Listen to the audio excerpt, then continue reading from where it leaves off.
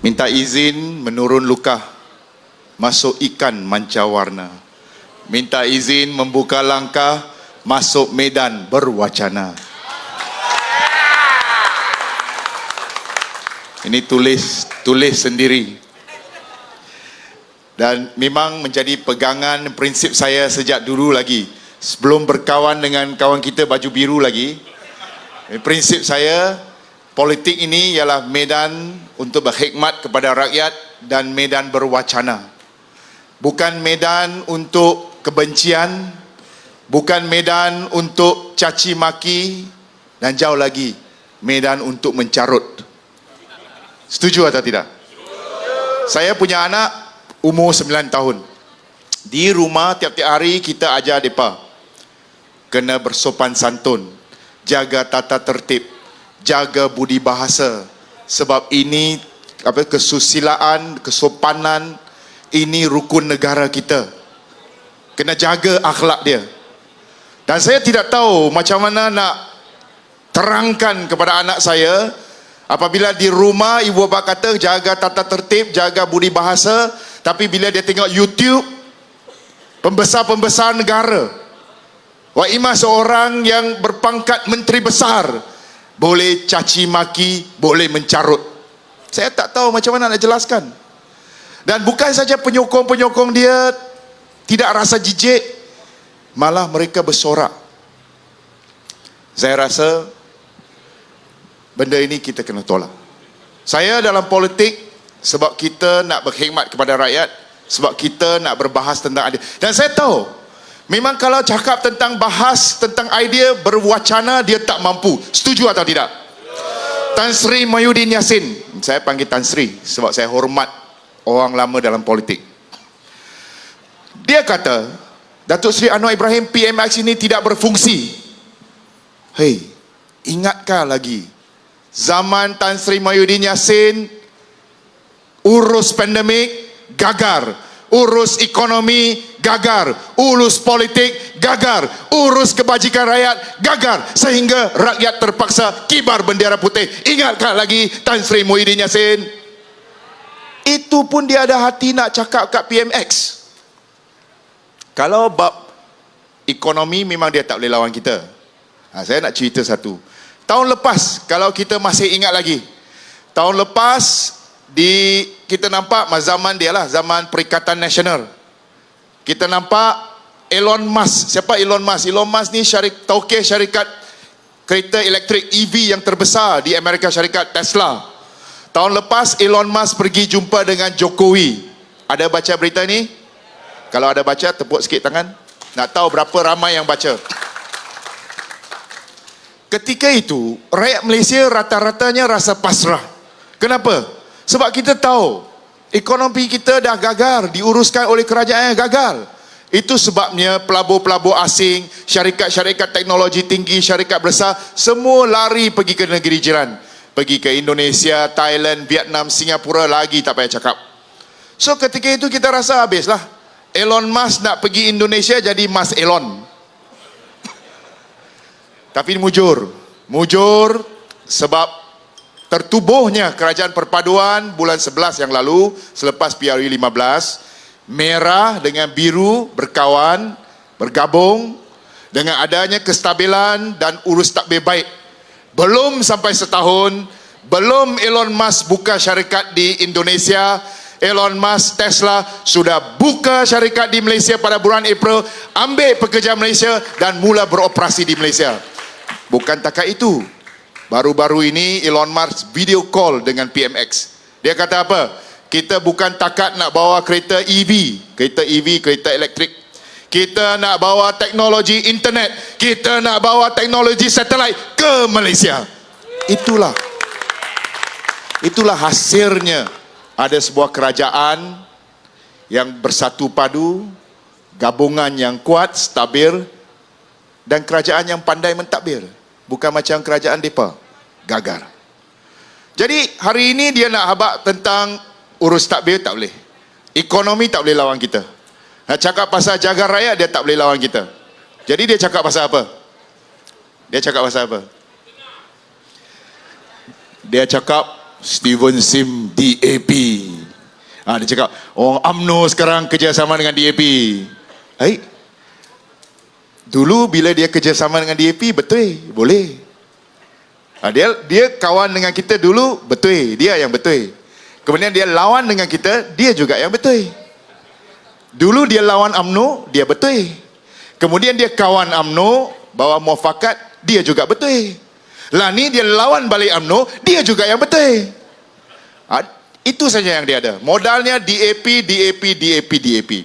Hari ini, semalam saya di Sepang, saya berjumpa dengan Dr. Ashraf Wajdi, Setiausaha Agung UMNO. Jadi saya Setiausaha Organisasi DAP.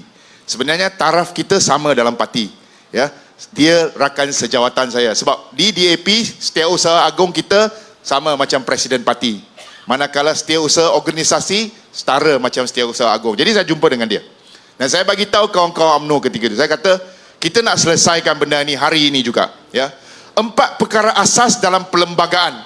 Dan saya mintalah kawan-kawan baju merah, dia dah tahu.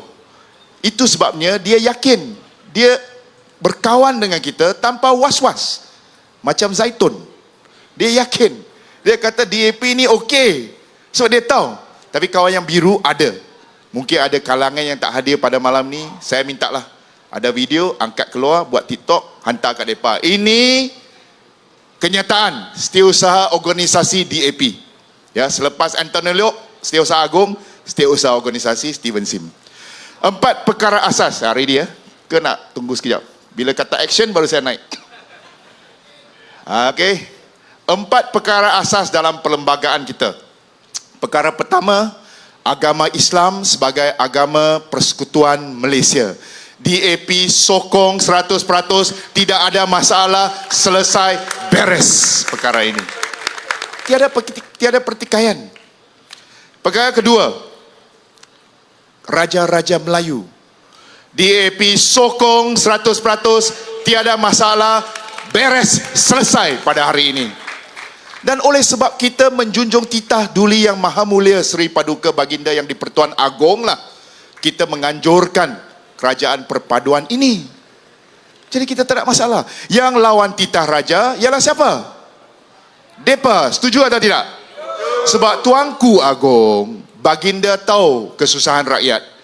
2-3 tahun pandemik, gagar, politik tak stabil, langkah Sheraton dan sebagainya. Macam-macam isu. Sehingga negara jadi kacau bila porak peranda.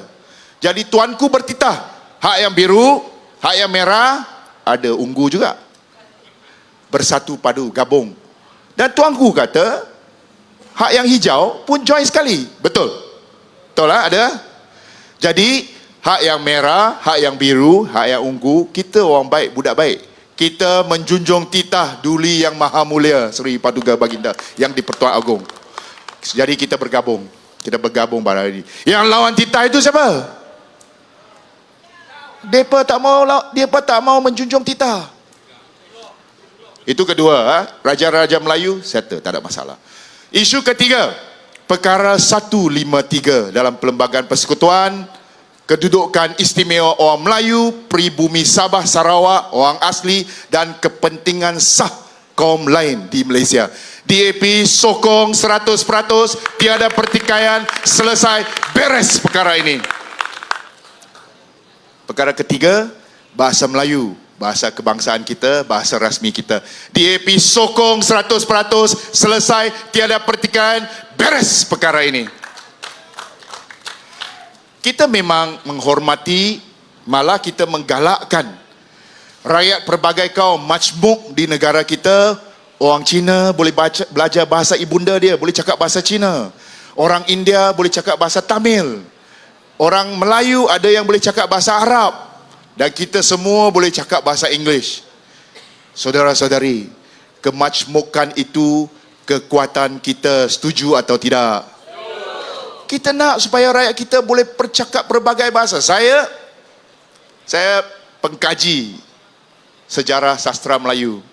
Ada buku Hang Tuah, boleh pergi beli. Tajuknya Hang Tuah Adi Wira Bangsa. Nabila ada? Tak dengar kat sini. Hang kena guna mikrofon. Jadi bila saya kaji buku Hikayat Hang Tuah, saya tengok leluhur orang Melayu. Bila dia tulis Hikayat Hang Tuah, apabila imajinasi dia bayangkan tokoh Melayu, pahlawan Melayu yang hebat, Hang Tuah, dia gambarkan sikap sifatnya, bukan saja sekadar dia pandai silat, itu memang betul, tapi dia juga pandai 12 bahasa. Itulah kekuatan tanah Melayu ini. Inilah kekuatan masyarakat Majmuk di Malaysia ini. Setuju atau tidak? Tapi dalam keperbagaian ini, yang mengikat kita ialah bahasa kebangsaan kita, bahasa rasmi kita, bahasa Melayu. Itu DAP tidak ada masalah sama sekali. Orang kata, nanti ada kawan-kawan kata DAP tak pandai bahasa Melayu, tak boleh cakap bahasa Melayu. Oi, hampa salah orang lah. Kita bukan parti mereka macam itu, kawan mereka. Yang berbahaya, saya kenali saya daripada jahat lah, jahat lah. Kita bukan macam itu.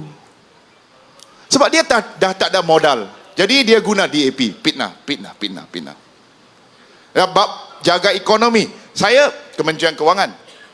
Kita awal tahun ini, apabila kita nak buat unjuran tentang tentang pertumbuhan ekonomi pada tahun ini, kita kata pertumbuhan ekonomi ini tak begitu mudah, sebab baru pulih dari pandemik, dan sebelah sana duk kacau, duk ugut, duk gugat nak jatuhkan kerajaan.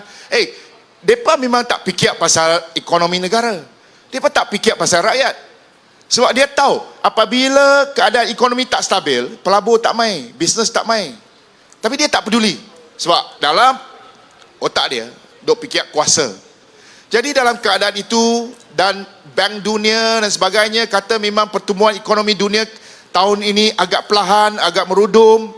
Jadi MOF tahun ini kita kata okey, tak apa, kita buat unjuran yang berhati-hati sikit. Kita kata tahun ini ekonomi Malaysia akan berkembang 4 hingga 4.5%.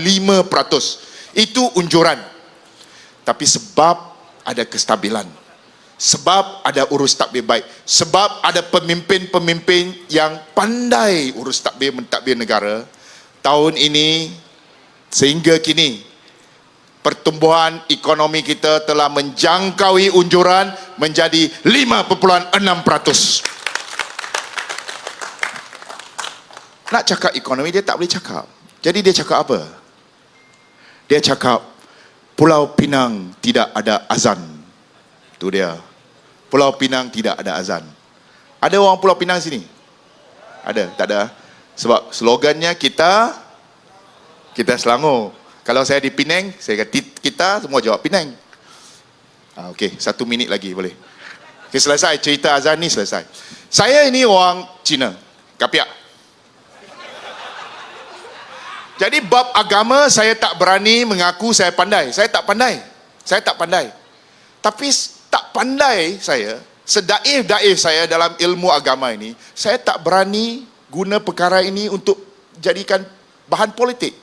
Nak memperolok, nak mempermainkan isu azan. Saya kenal Mufti Perlis kenal. Dr. Mazhar kenal. Dia orang BM, Bukit Mentajam, Kampung Mengkuang. Lah ni jadi mufti kat Perlis. Jadi apabila saya jumpa dengan Mufti Perlis bagi tahu saya, di seluruh Malaysia ini hanya ada 2 buah negeri yang azan subuhnya 2 kali setiap hari. Saya tak tahu lah, Kapiak kan. Menghalu-angulkan kehadiran saudara Rafizi Ramli, Menteri Ekonomi kita.